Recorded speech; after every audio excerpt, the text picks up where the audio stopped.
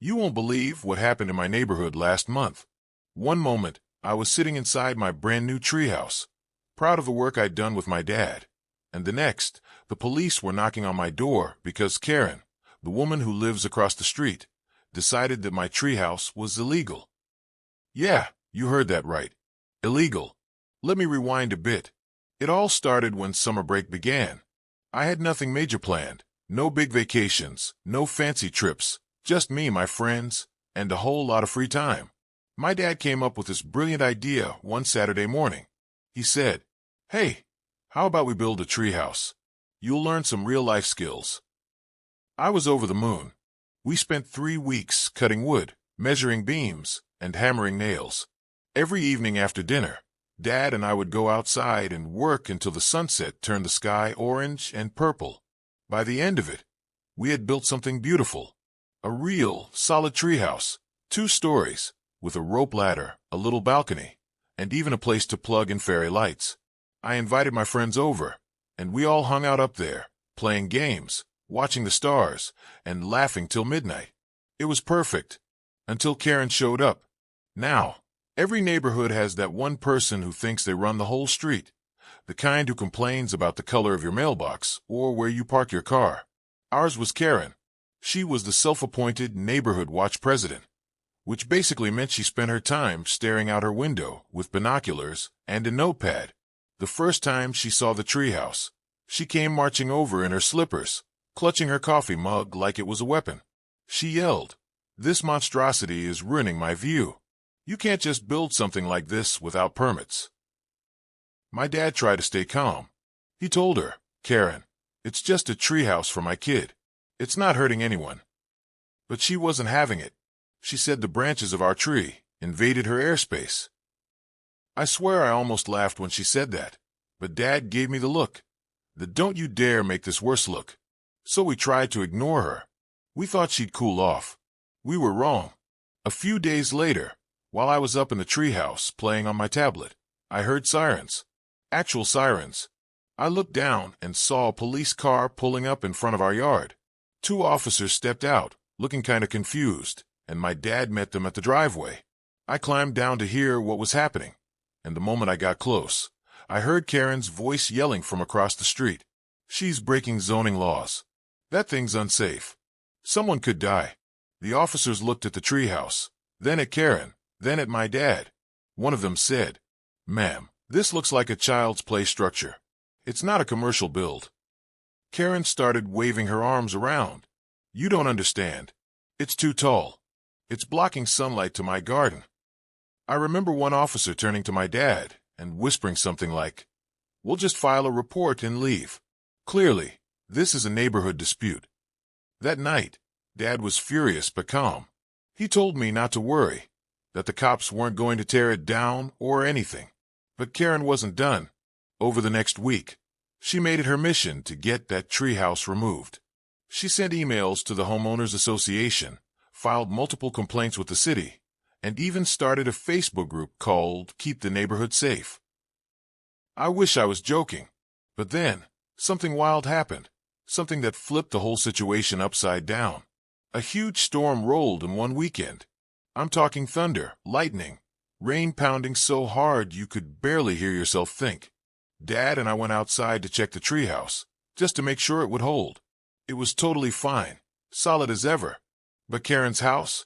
Not so much. Lightning struck the massive oak tree in her front yard, the one she always bragged about because it was heritage protected. The tree split in half, and one part crashed right into her roof. We were all standing outside, shocked, when the fire department showed up.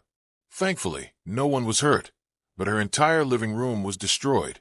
The irony was brutal.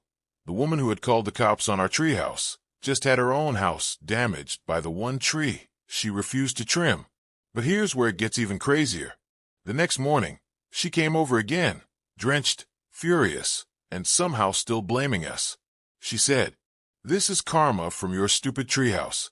The lightning hit because of the metal nails you used. It attracted it." Dad blinked in disbelief. "Karen, lightning doesn't work like that." She started shouting louder, demanding we take the treehouse down before it brings more bad luck. At this point, I thought she'd finally lost it. But then, something happened that changed everything. A city inspector showed up at our door, not because of the storm, but because of Karen's endless complaints. And this time, the man had an official notice in his hand. The paper said we had to temporarily suspend use of the treehouse, pending inspection. I felt crushed. My summer project, the place I spent hours building, was suddenly off limits. Dad sighed and said we'd fight it, but I could see the disappointment in his eyes too. Still, fate had a strange sense of humor, because while our treehouse was under inspection, Karen's house was declared unsafe. The storm had damaged her foundation and roof beams. So guess what? She had to move out. The same woman who called the cops on our treehouse now couldn't even stay in her own home. But what happened next made everything even more dramatic, and honestly, kind of satisfying. Karen's house was now taped off by the city with bright yellow, unsafe structure signs on the front door. She had to move into a motel on the other side of town while her house got inspected and repaired. But even then, she couldn't leave us alone. Every couple of days, she'd drive back into the neighborhood just to glare at us from her car window. She'd stop in front of our house, snap a few photos of the treehouse, and then speed off. It was creepy, honestly. Dad joked about it, saying, "Guess she misses us." But I could tell he was tired of the drama. A few weeks later, the city inspector finally came to recheck the treehouse. He climbed up, took some measurements, and even said, "Wow, you and your dad did a great job. This thing's sturdier than most backyard sheds I've seen."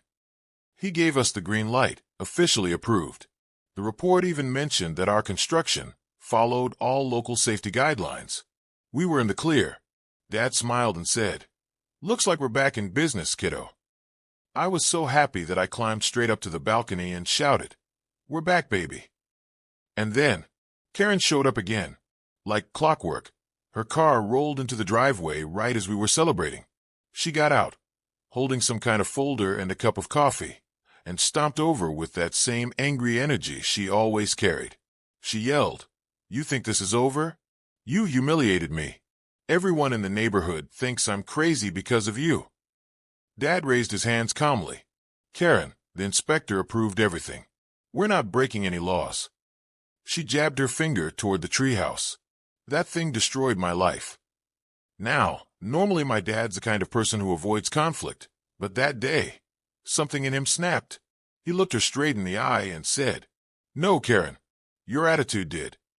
She stood there, speechless for the first time ever, then stormed back to her car and drove off.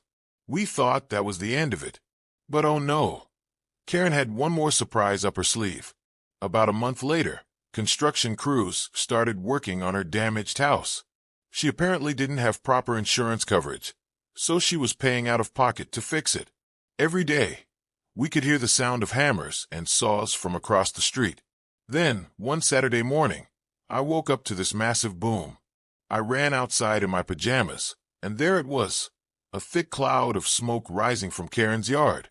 One of the workers had accidentally hit a gas line while digging near her front steps. The explosion wasn't huge, but it was enough to set the entire front part of her house on fire. Fire trucks arrived within minutes. Everyone in the neighborhood came out to watch as firefighters battled the flames. It was chaos, sirens, shouting, the smell of smoke everywhere. When the fire was finally out, Karen's house was gone, completely burned down. The structure was unstable, and later that day, the city declared it a total loss. I remember standing there, watching the firefighters roll up their hoses, and thinking, there's no way this is real. Karen stood on the sidewalk, staring at what used to be her home. For once, she didn't say a word. No yelling, no blaming, just silence. Later that evening, as things calmed down, she walked over to our yard. I honestly didn't know what to expect. Maybe another accusation, maybe even tears. But what she said surprised both of us. She looked at my dad and me and said quietly, "I guess I was wrong about your treehouse." Then she added, almost whispering, "You two built something together. I destroyed my own home trying to tear that down." It was the first and only time Karen ever apologized. Dad didn't say much. He just nodded and said, "I hope things get better for you." She left after that, and never came back to live in the neighborhood again. Weeks passed, and life slowly returned to normal. The city eventually cleared the remains of her house, and the lot stayed empty. But that empty space across the street was a constant reminder, not just of the fire, but of how far things had gone over something so small. As for the treehouse, it became more than just a hangout spot. It became our family symbol of patience, teamwork, and resilience. Every time I climbed up there, I felt proud, not because Karen lost, but because we stood our ground without stooping to her level. One night, sitting under the fairy lights, I asked Dad, "Do you think Karen ever forgave herself?" He looked out toward the empty lot and said, "Maybe, but sometimes people build walls instead of bridges, and when those walls burn down, all that's left is a chance to start over." That line stuck with me. A year later, a new family moved into Karen's old property, a young couple with 2 kids. The first thing they did after moving in, they came over with cookies and said, "Our kids saw your treehouse from the street. They love it. Can they come play?" Dad and I looked at each other and laughed. "Of course," he said. "Everyone's welcome." So now, the same treehouse that started all the drama has become the neighborhood hangout. Kids from all around come over, and instead of complaints, we hear laughter echoing through the trees. And every once in a while, when the evening sun hits just right, I can almost imagine Karen sitting at her old window, watching, but this time, maybe smiling instead of scowling. Because in the end, the treehouse didn't just survive. It became a reminder that when people try to tear down what you build with love, sometimes the best revenge isn't revenge at all. It's keeping your joy intact. So yeah, Karen called the cops on my treehouse.